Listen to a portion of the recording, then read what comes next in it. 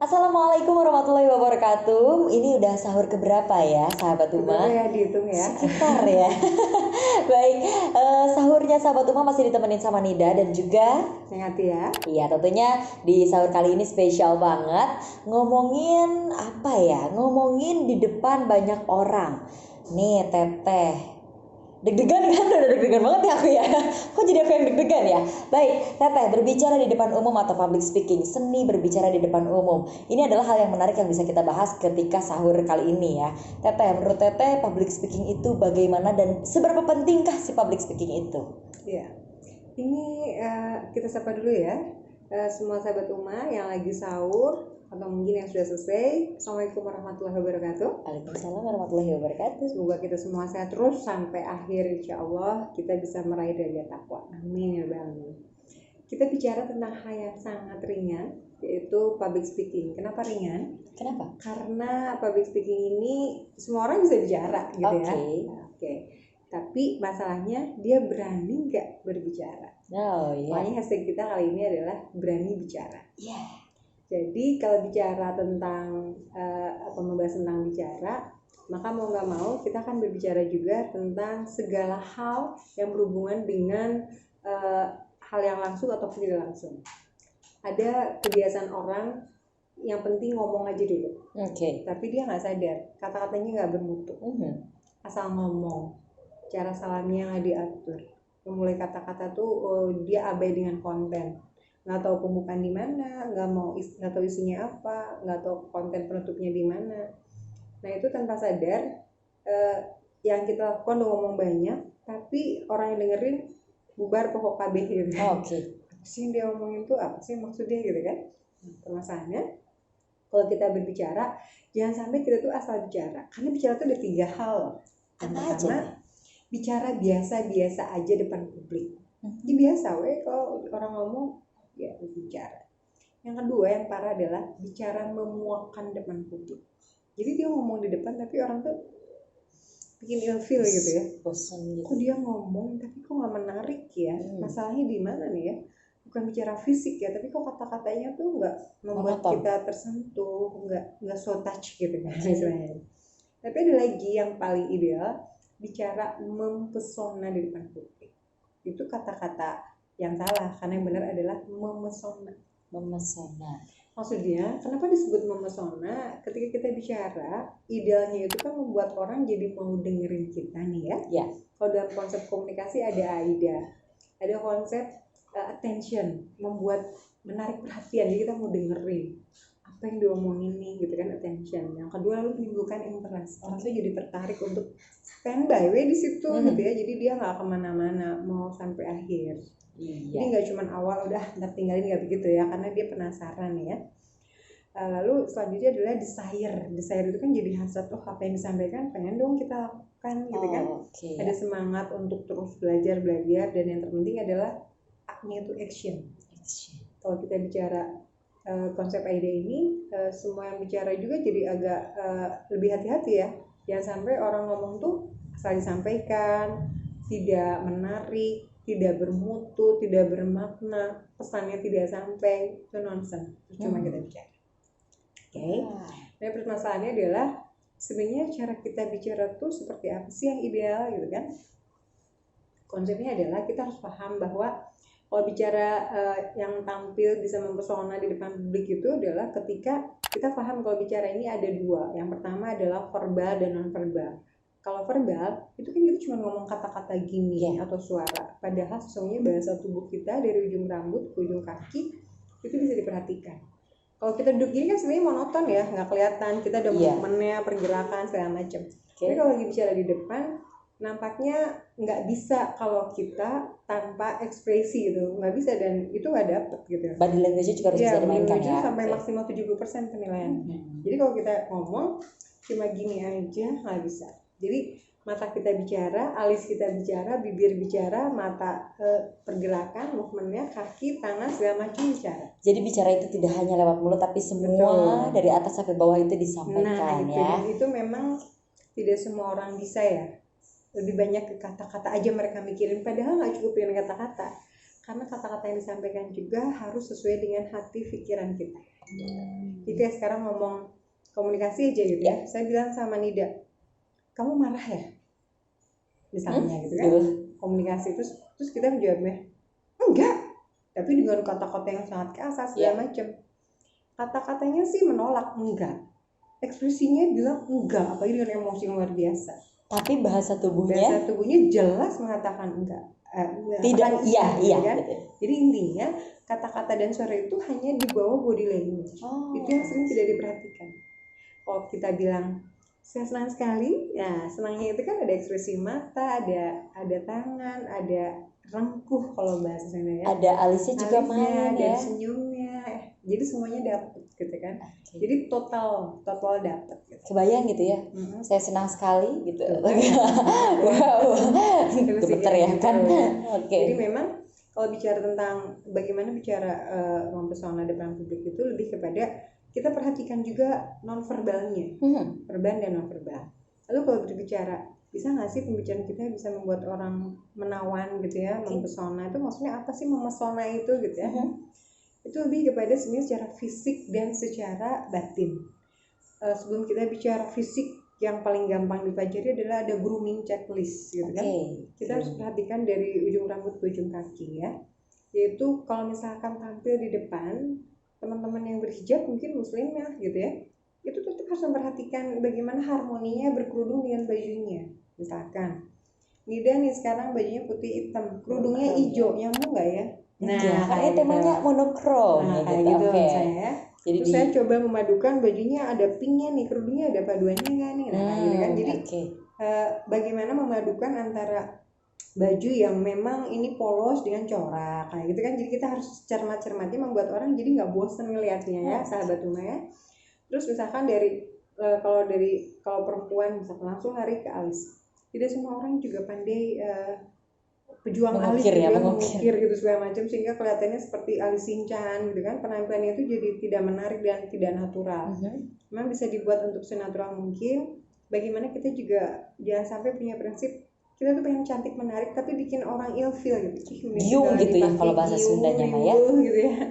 Jangan sampai kayak gitu. Bagaimana juga misalkan ketika dia harus tampil menyampaikan hal yang penting tapi dia terlalu self oriented. Mainan make up di matanya terlalu menyolok, membuat orang jadinya nggak fokus ya, atau make up yang terlalu menonjol gitu kan, segala macamnya juga kan harus diperhatikan. Termasuk bagaimana dia bermain, semua orang sebenarnya kan memang cantik ya, tapi kalau dia memang bisa memakai make up gitu kan dengan benar itu bisa lebih powerful. Tapi tidak sedikit juga orang yang mengatakan tidak usah pakai sama sekali. Kalau memang itu percaya diri dan memang lebih nyaman, kenapa enggak? Itu hanya pilihan saja. Asal niatnya bukan tabaruj, bukan untuk menarik, untuk dalam arti negatif ya, untuk memancing syahwat orang. Asal niatnya nggak begitu, tapi lebih kepada profesionalitas atau mungkin lebih kepada biar kita lebih tegas aja gitu kan. Lalu lari-lari gitu ya, untuk menghargai yang mengundang kan? Itu biasanya kembali ke selera masing-masing sih, karena ada orang yang memang pengen make upnya menonjol, ada yang enggak, tapi ada yang tidak sama sekali, dan itu harus kita hargai. Banyak orang punya prinsip tidak usah pakai sama sekali dan yang penting cantikan dari hati mah enggak. Tapi dari sama biasa nama teteh jalmi tos geulis eta mah gitu. Hari-hari ngaraos kiramanya teh nanoni tapi bisa ngediknya. Sakedik lah nya ada dipoles gitu. Oke. Lanjut lagi ke bawah. Yang paling mahal adalah ketika pesona 3 detik di awal itu orang sebenarnya melihatnya dari senyum. Senyum. Belum apa-apa orang lihat dia senyum dulu udah memberikan aura positif dan menebarkan atau menularkan energi yang baik juga atau positif. Permasalahannya tidak semua orang tahu bagaimana senyum yang ideal. Nah, saya sering mengajarkan pada teman-teman senyum yang ideal itu adalah senyum 8 gigi. Jadi gigi yang atas aja, nggak terlalu sumringah, nggak terlalu heboh dan juga nggak terlalu kalem. Jadi fotonya kalau senyum kalau menyapa tuh nggak selamat pagi nggak gitu, tapi lebih kayak selamat pagi gitu kan. Kan berbeda ya, ekspresinya beda. Biasanya saya latihannya suka memakai sumpit gitu kan, membuat senyumnya itu jadi nggak terlalu ada senyum 2 gigi, 8 gigi gitu kan, atau berapa dengan ekspresi segala macam. Tapi lebih kepada senyum yang sumringah tapi tidak terlalu lebar, karena kalau dalam agama juga kan kita nggak boleh kelihatan rahang ya kalau ketawa istilahnya gitu. Jadi tetap ada etikanya, Bagi perempuan muslimah kita nggak bisa tertawa terbahak-bahak sebebas apapun, seperti itu ya. Oke, Jadi kita Teteh. tersenyum, teratur juga. Ini ya 8 Di atas aja. gigi ya. Dihitung dulu ya. 8 gigi ya. Nah, hitung dulu nih. Apakah sahabat Uma masih ada giginya lengkap tidak gitu? Atau sekarang pasti lagi dipraktekin nih. Praktekin ya. Praktekin dulu. Ini saya gini bukan ya, atau gini ya. atau keduanya ya, atau atas yang juga. sebelah gitu ya. Kalau yang Itu sebelah berarti sering-sering judis ada ya. masalah gitu. Tapi gigi saya ompong. Nah, zaman sekarang itu juga memang keyakinannya kalau memang mungkin memakai tiruan silahkan gitu ya. Oke. Kalau memang ada biayanya. Kalau acak-acakan boleh nggak sih dibehel? Ya itu sih tergantung keyakinan ya. Tapi saya melihat banyak sekali istri-istri dari kiai atau apa merasa mungkin sasa aja. Tapi saya bukan di situ. Saya melihat dari sisi kesehatan. Bagaimana ketika gigi yang rapi mengunyahnya pun lebih sehat, lebih sempurna, dan kotoran tidak banyak melekat, misalkan seperti itu. Jadi itu alasan-alasan logis misalkan. Dan dari sisi agama memang jika tidak merubah ciptaan Allah, misalkan mau ngikir gitu segala macam, itu ya nggak boleh ya. Tapi itu merapihkan demi kesehatan. Jika rezekinya ada ya mangga, itu mah pilihan masing-masing ya, sesuai dengan keyakinan. Berarti grooming juga nggak apa-apa kalau misalnya untuk behel. Beda sama kayak mancungin hidung gitu ya. Atau enggak sekarang yang lagi happening itu eyelash extension. Nah ya, Belum itu mangga lah. Kalau kayak saya nggak bisa pakai lagi ya, karena kan tukang gigi sik gitu ya, pasti mulu-mulu gitu. Jadi dia efek aja ya, yang bisa dibuka lagi. Baik. Lanjut lagi ke bawah lagi. Dari situ kan senyumnya jelas, lalu ekspresi pakaian segala macam, bagaimana padu padannya, warna-warni segala macamnya. Kalau saya sih tetap punya prinsip memakai baju itu yang jangan terlalu menyolok. Jadi memang semua tergantung sukaan ya, tidak menyalahkan juga orang yang senang pakai menyolok. Tapi saya pikir yang nyaman itu justru yang sederhana, yang tidak terlalu rame. Jadi nggak pusing gitu ngelihatnya. Saya sendiri kalau lihat orang terlalu rame, kayak berhijab, pakai bros, pakai jarum, pakai bunga segala macam terlalu banyak, jadinya kok kayak gini banget ya gitu. Jadi tapi mungkin itu apakah akan menjadi berpengaruh ketika di satu acara yang berbeda? Ya mungkin untuk hiburan tertentu iya, tapi ketika acara-acara keseharian dia selalu full seperti itu, jadinya nggak aneh gitu kan. Iya, benar. Tapi kalau misalkan acara pesta keluarga kayak gitu kan sering ya, kayaknya justru malah nggak enak kalau kita nggak berdandan biasa aja, jadi nggak menghargai banget. Kadang ada yang berpikir seperti itu. Tapi ketika misalkan untuk keseharian juga selalu heboh dan bling bling banget, kan mikirnya ngapain sih gitu kan, beda mana gaya gitu ya. Ya beda mana gaya guys, sesuai dengan kebutuhan ya gitu. Terus ya pokoknya perhatikan juga kalau laki-laki mungkin ikat pinggang, sepatu biasanya serasi dan memakai warna-warna dasar yang mudah dilihat. Jadi ada grooming checklistnya tuh. Kayak rambut juga itu ada aturannya.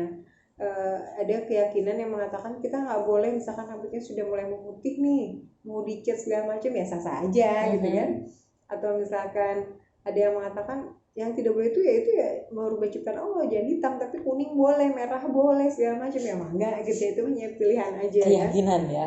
Hanya masalahnya bagaimana fisik itu juga bukan hal yang utama akhirnya, karena akan kembali juga orang menilai tetap dari inner beauty-nya yang utama. Apa sih inner beauty? Nah, kalau bicara tentang pesona dari hati gitu, pesona dari dalam, seperti Allah memberikan harisma pada orang-orang tertentu, itu tidak semua bisa diberikan. Tetapi untuk jadi orang yang bisa tampil seperti orang berwibawa, itu bisa diciptakan. Karena memang ada aturan protokoler, ada aturan cara berdiri, ada aturan cara duduk, segala macamnya. Memang agak ribet ya. Kok ini apa hubungannya nih dengan sahur kita hari ini gitu ya?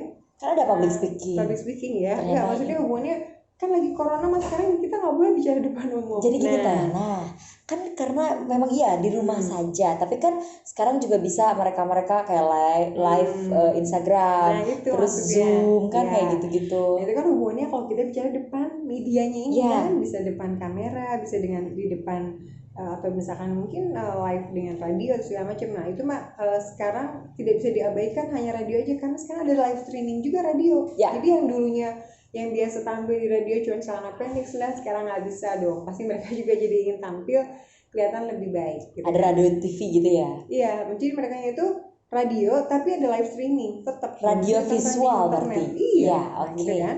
Nah mungkin apa yang diperhatikan adalah bagaimana kita tampil juga nggak bisa sembarangan. Kayak perempuan juga tetap memperhatikan, jangan-jangan ada di lipstick ya itu ada di gigi itu ada lipstick misalkan kayak gitu kan, agak ke atau ada sisa-sisa makanan. Kalau mau tampil tuh ya kita memang harus introspeksi dulu. dari ekspresi segala macamnya, apalagi kalau sapaan-sapaan tadi di live streaming gitu kan, dia punya ciri khas kan yang bagaimana ekspresif, bagaimana dia antusias segala macam, yang pasti nggak boleh kelihatan lemes gitu Ya. kan, harus semangat. Apalagi zaman sekarang kan udah jelas sendiri ya, imun ini benar-benar sangat berhubungan dengan kesehatan. Kalau kita kena mental sedikit, sedih segala macam, pasti kita drop. Tapi kalau kita semangat, kita terus menebar senyum, energi positif, insya Allah orang juga jadi tenang. Oh, tenangnya ngeliat dia ekspresinya di statusnya, di Instagramnya, di medsos segala macam, nampak bahagia kan, pasti aku seneng kan. Daripada ngeliatnya kok susah, kita bantu nggak bisa, misalkan gitu kan. Oke. Nah, jangan lupa ketika berbicara tentang wibawa, kita nggak bisa cari-cari, bisa ciptakan itu. Tapi intinya, yang namanya berwibawa ketika tampil, itu adalah di pengendalian diri. Bagaimana ketika dia harus bergerak, dipanggil, ekspresi, nggak harus 180 derajat. Atau ketika kita misalkan berhadapan dengan kamera, ada kamera di sini yang nyala, kalau kayak di TV biasanya gitu, cara menatapnya ke sini, melihat ke bawahnya itu nggak truk, jadi nggak terlalu jadi smooth ya, nggak kasar banget gitu kan.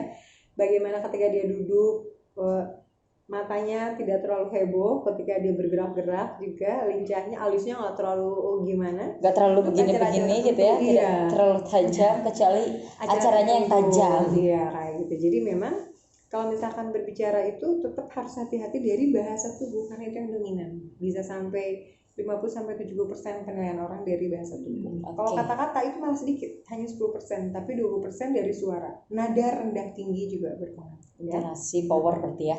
Sekarang kalau bicara sedikit lagi sayang, tadi kan bicara mempesona. Nah ini depan publiknya itu harus kita perhatikan. Kalau memang lagi di depan kelas, kita bisa merhatikan ini yang di depan umum, ini anak kecil, anak dewasa, backgroundnya apa. Tapi kalau kayak begini, kita bisa menjamin nggak bahwa ini yang nonton semuanya anak kecil, awalnya dewasa? Nggak bisa kan, random banget kan. Nah, yang harus diperhatikan adalah bagaimana kata-kata yang kita sampaikan dimengerti oleh semua umum. Jadi pakai kata-kata yang global saja, yang umum ya, easy listening. Teh, satu lagi tadi saya belum dijawab, seberapa pentingkah public speaking? Public speaking ini kan sebenarnya dibutuhkan oleh semua profesi. Guru pasti, guru ngaji gitu kan, atau misalkan guru di sekolah, dosen itu jelas ya, motivator. Lalu ada lagi pekerjaan, pedagang, emang nggak butuh dong ketika dia presentasi, ketika dia harus menawarkan ke orang lain, kan dia juga harus mengolah kata-kata yang menarik. Atau misalkan kita sebagai ibu rumah tangga, sebagai ayah, dia kan ngomong depan anak-anaknya juga kan harus dimengerti kata-katanya segala macam. Kalau bicara kebutuhan itu di berbagai bidang juga sangat dibutuhkan, tidak hanya di bidang komunikasi saja. Kenapa?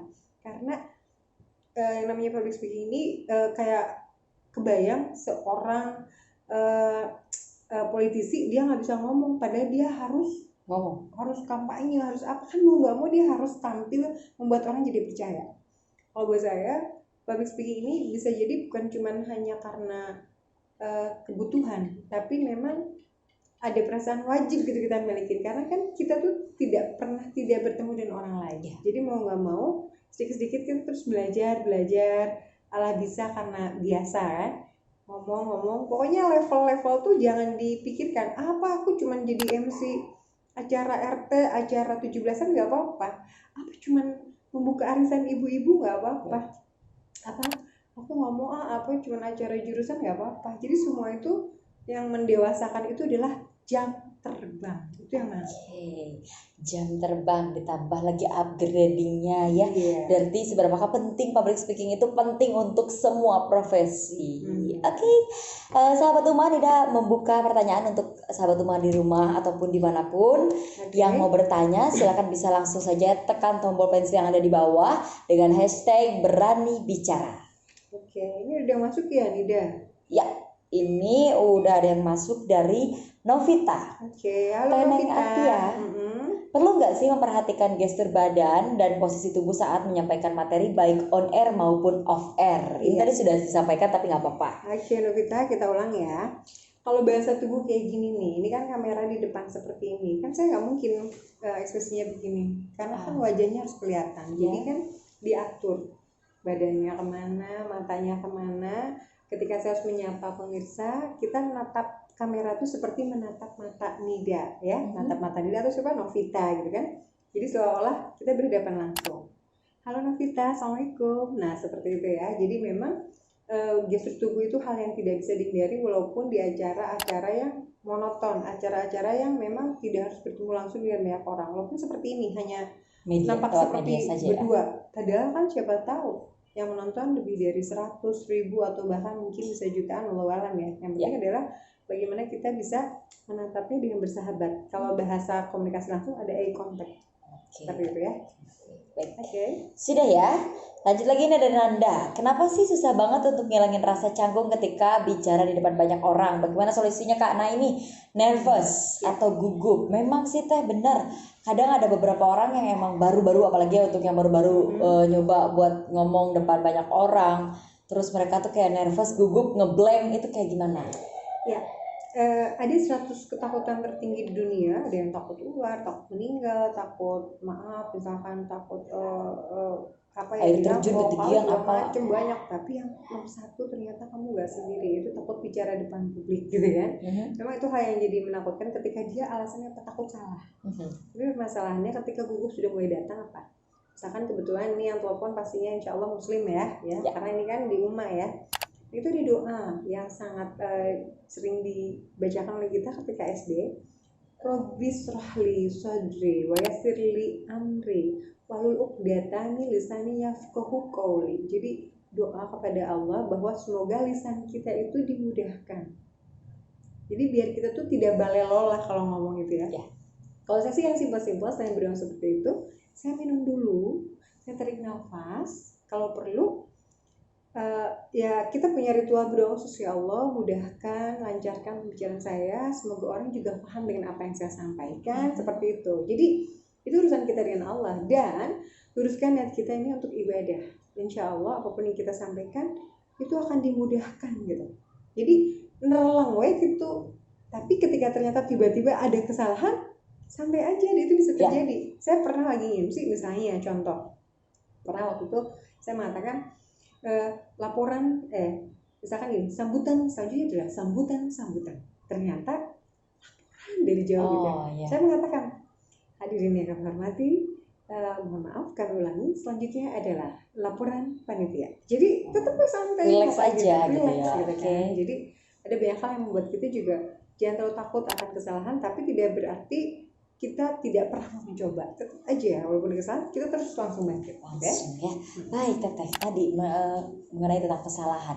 Kadang ada yang ngeblank, tapi dia tuh udah emang persiapan ya, udah persiapan matang banget, udah 100% dan udah totalitas banget untuk performingnya mereka, tapi ternyata pas hari H, pas dia ngomong, pas dia perform, blank. Itu bisa sangat terjadi ya sahabat rumah. Kenapa? Karena kan manusia itu ya tempat khilaf gitu. Kadang suka kok tiba-tiba apa ya ada yang lewat gitu ya, suka begitu aja. Kalau saya suka melihatnya begini, sesungguhnya kita punya kemampuan untuk well prepare gitu kan. Gagal perencanaan berarti perencanaan kegagalan. Kalau ketika kita mau tampil menyampaikan materi, biasanya idealnya saya 70% hafal di luar kepala, 30% lewat contekan. Jadi ada cue card, isinya adalah keyword, pointer-pointer kecil, sedikit saja gitu kan. Kenapa demikian? Karena kita juga kadang nggak malu aja, kita lihat aja, oh ya, poin terbesarnya apa, tapi kita kembangkan. Jadi seperti itu. Jadi tetap kalau misalkan menghindari seperti itu, kita ada contekan kecil, tapi tidak baca semuanya. Dan kita jangan tergantung kepada pointer ya, maksudnya PowerPoint, nanti dianggapnya tidak punya power dan tidak punya poin. Jadi poin-poin harus punya, tapi jangan sampai terpaku sama gitu. PowerPoint. Ya, jadi kita yang ngembangin sendiri. Tapi ya, the power of point itu bukan PowerPoint, gitu ya. Teneng, selanjutnya ini juga ada pertanyaan dari Randy. Bagaimana caranya untuk bisa mencuri perhatian audiens agar dapat benar-benar memperhatikan pemateri? Kadang saya merasa gagal ya. Ini adalah yang tadi first impression. Terus apa lagi nih Teh? Gimana lagi? Assalamualaikum Randy ya. Kalau berbicara tentang mencuri perhatian audiens, itu disampaikan ya tension awalnya. Kalau misalkan kalau dalam aturan-aturan penceramah nih, itu ada aturan-aturan ideal, diawali dengan salam gitu kan. Misalkan basmalah dalam hati, basmalah, salam, hamdalah, sholawat. Jadi ngurut gitu ya. Bismillahirrahmanirrahim, Assalamualaikum warahmatullahi wabarakatuh, alhamdulillahirrahmanirrahim, bla bla bla bla, sholawat. Jadi rangkaiannya pas. Oke. Nah, dari awalnya aja cara menarik perhatian tuh punya banyak ide. Pertama bisa dengan pertanyaan, kedua dengan data, ketiga bisa dengan bercanda, bisa dengan banyak hal sebenarnya. Ketika akan mulai bicara langsung, apa kabar semuanya? Nah, seperti itu kan, itu juga ada bagian dari kita langsung menyampaikan doa, atau misalkan dengan icebreaker untuk memecahkan suasana dan membuat lebih rileks lagi, membuat kita juga jadi lebih gampang enak menerimanya. Karena apa? Ketika orang udah fokus, udah fun, itu gampang masuk. Jadi biasanya dengan icebreaker. Jadi sebelum dimulai biasanya, oke teman-teman atau bapak ibu, sebelum kita mulai kita akan nge dulu nih, kita semua udah fokus belum? Nah, dengan games segala macam itu juga bisa, ya. Kalau misalkan tadi permasalahannya Randy itu karena saya suka gagal, nggak bisa. Suka gagal nih, nggak bisa. Sebenarnya dengan pertanyaan kamu begini, ini adalah ciri bahwa Randy itu sebenarnya niat pengen lebih baik. Berarti Randy tinggal tambah latihan-latihan aja. Jangan sampai merasa kalau dengan seperti ini membuat jadi malas. Justru kan yang namanya tadi jam terbang, Allah bisa karena biasa terus karena tidak akan ada seorang ahli bukan kalau tidak dimulai dari amatir. Baiklah ya. Berarti para pembicara yang amatir adalah para pembicara handal adalah pembicara yang amatir pada awalnya pasti gitu ya. Ya, setelah 4.000 juga kan jadi 1, 2, 3 gitu ya. Diasah lagi skillnya. Iya, Ngomongin tadi gitu ya. Upgrading, oke. Teneng, tadi ada icebreaker. Ini sempat juga sih membuat saya penasaran ya. Orang-orang tuh kan taunya ice breaking. Nah, tapi pas dicek ke Google dan ada kata DJ Ari, juga ada Kak Alan waktu saya lihat di Instagram, bukan bukan ice breaking tapi icebreaker. Itu sebenarnya apa sih, Teh? Ice breaking atau icebreaker? Icebreaker itu kan memecahkan kan. Jadi sesuatu yang kelihatan kaku, belum apa-apa, jadi kan kita bisa mulai sebelum acara itu bisa dengan game segala macam, itu membuat suasana biar fokus. Karena kan orang biasanya kalau mau sesuatu masih mikir ke A, ke B, ke C, kemana-mana gitu ya. Tapi biarin kita fun dulu. Biasanya itu untuk mengatasi hal-hal yang membuat kita jadi tidak mudah menyampaikan sesuatu. Nah, kalau orang udah fokus bareng-bareng, baru kita gampang nyampeinnya. Konon, apalagi orang-orang udah pada setengah baya ke atas, itu kalau belajar itu nggak pernah bisa lebih dari 15 menit yang dengerin foto. Baru 15 menit kesannya udah buyar. Makanya harus bagaimana menyampaikan itu, kata-katanya jelas, ekspresinya meyakinkan, terus ada sesuatu yang fun, tidak monoton, ada hiburannya, ada bercanda segala macam, jadi seger gitu. Oke. Tapi benar Teh, jadi ice breaking atau icebreaker sebenarnya? Kalau saya sih memahaminya bahwa icebreaker ini orang-orangnya ya yang membuatnya, tapi ini harus ada ice breaking gitu ya, istilahnya seperti itu. Yes. Cuma memang mungkin secara umum juga dievaluasi, terkadang kita juga menggunakan istilah-istilah bahasa Inggris tapi ternyata latah. Banyak hal yang seperti itu. Jadi keyakinannya seperti apa? Saya suka mengatakan kita mau ice breaking dulu gitu kan, karena gitu kan pada saat itu kan dilakukan. Breakernya itu lebih ke yang melakukannya ya, kayak player gitu kan. Pemahamannya seperti itu ya. Mungkin juga si upgrade lagi. Enggak, tapi ternyata emang bener ya. Tadi tuh sempat biasanya kan masih orang-orang tuh bilangnya ice breaking. Pas tadi Neng bilang contohnya bisa pakai icebreaker. Wah, ini saya langsung ngingetin sama postingannya DJ Ari sama Kak Alan gitu pas lihat. Oh iya benar, icebreaker. Orang-orangnya. Berarti itu bisa ya dipakai buat di awal atau enggak misalnya pas lagi jenuh gitu ya. Karena memang itu walaupun hanya sekedar di pengajian gitu ya, di majelis salim, saya bisa misalkan mendendangkan sebuah nadoman, lagu-lagu sholawat dulu, itu kan asik. Ya. Iya kan? Daripada kita lagu-lagu yang lain, kita bisa bareng-bareng. Ya kan, lagu sholawat yang kita kan tahu sekarang ada ratusan ya, apalagi lagu-lagu yang lagi booming nih sekarang. Aisyah kan lebih bagus daripada lagu-lagu yang nggak jelas gitu kan. Saya pikir lagu-lagu yang menginspirasi, yang membuat kita malah termotivasi untuk membayangkan ibadah, membuat kita lebih cinta pada Allah, cinta Rasul, kenapa enggak gitu loh. Itu bisa menjadi bagian dari nadoman atau misalkan lagu-lagu yang mengingatkan kita kepada kebaikan, itu bisa menjadi bagian dari ice breaking. Oke. Lanjut lagi Teteh, ini ada pertanyaan dari Hana. Gimana? Aku ingin belajar bikin vlog yang berkualitas. Hal apa aja sih yang harus aku persiapkan untuk tampil maksimal, Kak? Ya, banyak sekali orang-orang yang senang bikin vlog, tapi mereka lupa bahwa itunya kuotanya nggak ada. Itu nomor satu. Itu yang pertama ya, kuotanya dulu. Satu Baik. itu. Yang kedua, memang namanya kamera itu relatif ya. Mungkin orang-orang yang paham jenis handphone yang murah pun sebenarnya bisa. Tapi bagaimana dia bisa mereview segala sesuatu itu dengan jelas dan menarik, apalagi dia punya ekspresi ciri khas yang beda dengan yang lain, itu biasanya lebih gampang diingat dan ya easy listening lah gitu ya. Kan ada hai hai hai, tapi ekspresi yang caranya yang lucu gitu, gaya yang imut ya, kita bisa tahu lah kayak contoh-contoh Atta Halilintar ya, Ricis gitu kan. Assalamualaikum teman-teman Ya, gitu ya. Subhanallah kan bahasanya bisa miliaran hanya dari situ ya, luar biasa ya. Cuma ngomong doang. Ngomong doang. Jadi biasanya kalau vlog itu memang ya kalau perlu kita menjadi diri sendiri, nggak usah lihat yang lain juga sih, silahkan aja yang nyamannya buat kamu apa, karena belum tentu kita niru-niru orang lain cocok. Bisa jadi ketika kita kok nggak nyaman ya, makanya ketika saya menyampaikan sesuatu apapun, saya pengen jadi diri sendiri aja biar ngalir gitu loh. Jadi biar nggak kaku, biar yang saya sampaikan itu yang namanya public speaker itu kan harus dari hati. Saya sih memahaminya bahwa kita belajar jadi orang jujur, karena orang akan melihat yang kita sampaikan itu sesuai nggak sih dengan ada yang di otak kita. Makanya ketika saya menyampaikan sesuatu tapi tidak saya laksanakan, ngomongnya tuh jadi ribet gitu kan. Tapi kalau udah dilaksanakan ngalir. Ketika saya mengatakan jangan lupa memberikan pesona 3 detik di awal sebelum memulai, misalkan kita sapu pandangan, lalu sebelumnya kan tentunya ada pesona 3 detik itu memberikan senyum. Nah, itu saya laksanakan nggak? Pasti saya laksanakan. Bahasa tubuh dijaga? Iya. Penampilan saya atur? Iya. Saya nggak mungkin memakai sepatu yang warnanya terlalu mencolok di acara formal, atau memakai baju yang terlalu resmi di acara hiburan, misalnya seperti itu. Jadi semua harus proporsional. Oke, seperti itu. Berarti disesuaikan ya. Yang pertama syaratnya harus punya kuota.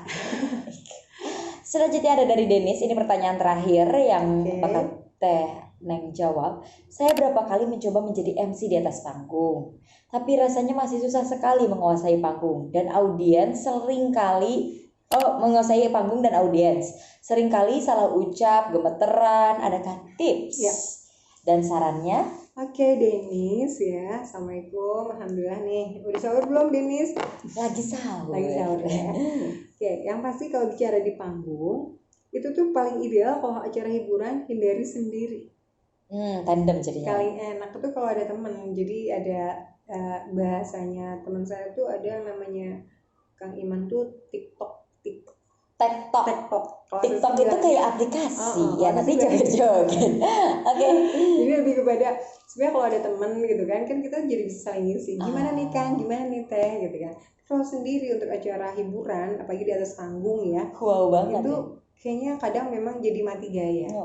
Jadi diupayakan, lihat ya di acara TV itu bisa 3, 5, 8 mungkin lebih rame. Kenapa? Karena acara hiburan ini butuh eksplorasi yang tinggi. Saya melihat orang-orang yang biasa MC di acara resmi dan hiburan itu justru lebih cerdas orang-orang yang di hiburan. Kenapa? Karena dia benar-benar harus lebih banyak eksplorasi, dia lebih banyak mikir gimana supaya suasana tetap stabil. Yang namanya MC acara-acara resmi itu grup, itu gampang diarahkan. Tapi kalau yang namanya sudah bersifat massa, heterogen dan sangat banyak, itu nggak mudah buat mereka tetap fokus. Jadi ada hal yang membuat mereka harus bisa kita kuasai. Jadi kalau misalkan tadi nggak enak, ya memang sekali lagi ini cari pasangan yang pas. Keren kalau misalnya bisa ketemu pas, baru ketemu hari itu langsung cocok, itu kan keren kan. Nah, kita cocok nggak? Kita baru ketemu sekarang ya. Sekarangnya kapan? Udah berapa episode ini ya?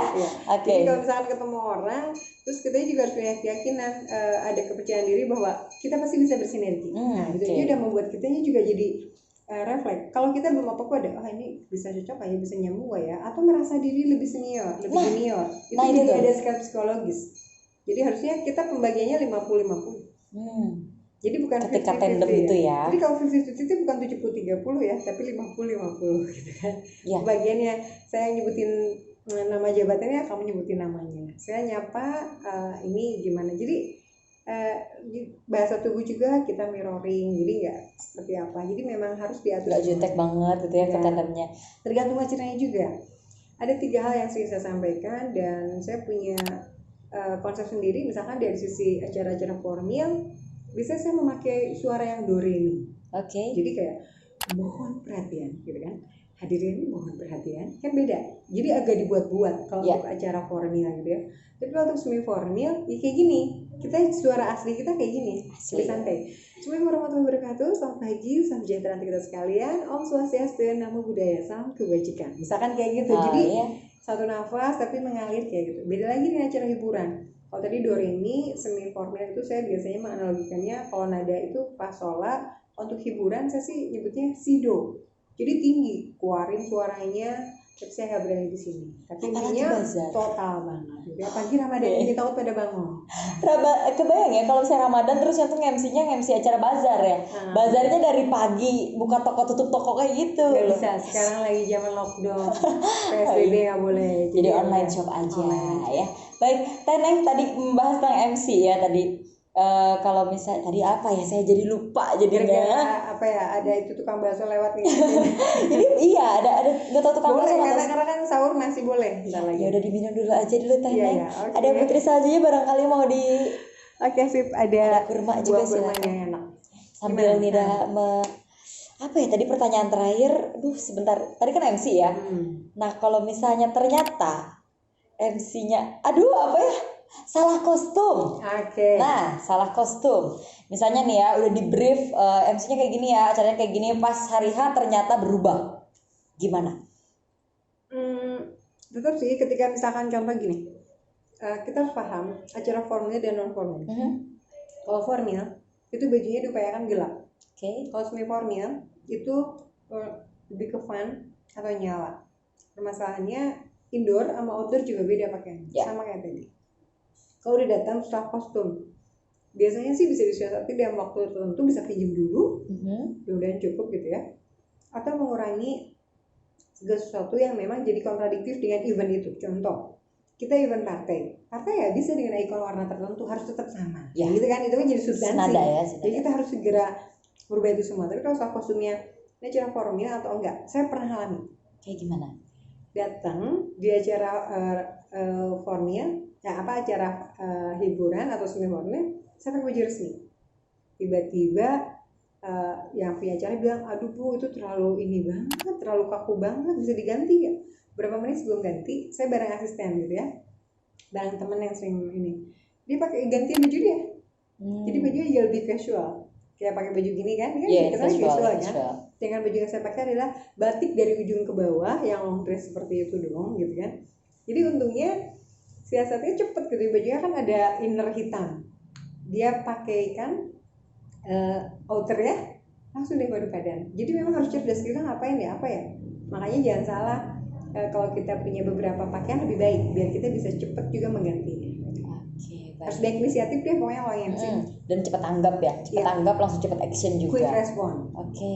Teneng, barangkali ada yang mau disampaikan lagi karena kita sudah tidak terasa. Alhamdulillah ya nggak kerasa. Kalau ngomongin public speaking tuh harusnya minimal 5 jam, 5 hari. Wow, atau misalnya berbulan-bulan, sebulan Ramadan ya. Ya insya Allah sahabat Uma dimanapun berada, kalau berbicara mengenai public speaking, maka saya lebih mengatakan harus berani bicara, tapi juga berani berekspresi. Karena dominan dari ekspresi ini adalah dominan dari bahasa tubuh, nggak cuma kata-kata. Jadi jangan sepelekan bicara dimanapun Anda berada, biasakan terus berlatih, biasakan juga bicara hal-hal yang positif, karena insya Allah mau nggak mau itu akan membuat kita jadi terlatih bicara lebih baik. Karena kalau orang yang terbiasa dengan kata-kata positif, maka kata-kata yang disampaikan juga akan mengalir dan itu sering menjadi doa. Hati-hati dengan dia seorang public speaker, kata-kata yang disampaikan, karena itu juga akan merubah dan tidak hanya menjadi inspirasi buat yang lain kalau itu positif. Makanya sering-seringlah kita menjadi public speaker yang benar-benar terus diupdate, terus berusaha lebih baik lagi, dan tentunya yang berkualitas yang disampaikan sehingga pesannya sampai. Luar biasa. Terima kasih banyak Teneng. Sama-sama sayang. Berani berbicara, ini spesial banget untuk episode kali ini. Dan sudah di penghujung acara, terima kasih banyak untuk sahabat Uma yang masih stay tune di Uma ya, tentunya juga di sahur bareng Uma. Semoga kita bisa bertemu lagi di video-video selanjutnya. Saya Nida Marasolihah, belajar dari seorang Mary Riana. Jangan takut berbicara, karena rasa takut itu memang tidak bisa dihindari. Tapi percayakah kamu, orang yang berani itu bukan mereka tidak punya rasa takut.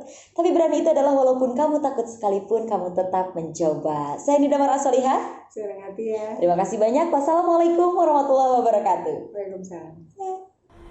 Kita terlahir untuk mencari jalan yang lurus. Dalam mendapatkan pengetahuan, dalam mencari pengalaman, dan dalam mengemban amanah untuk menjadi manusia yang lebih baik. Namun, dalam perjalanan kita, dunia tidak selalu sejalan dengan keyakinan.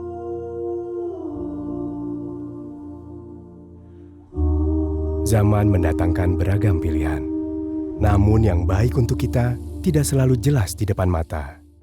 Karena itu, Ummah hadir untuk kita sebagai penunjuk arah yang insya Allah memberi pencerahan, dan sebagai sahabat yang insya Allah senantiasa mengingatkan dalam perjalanan kita pulang menuju jannah. Ummah, teman ibadahmu.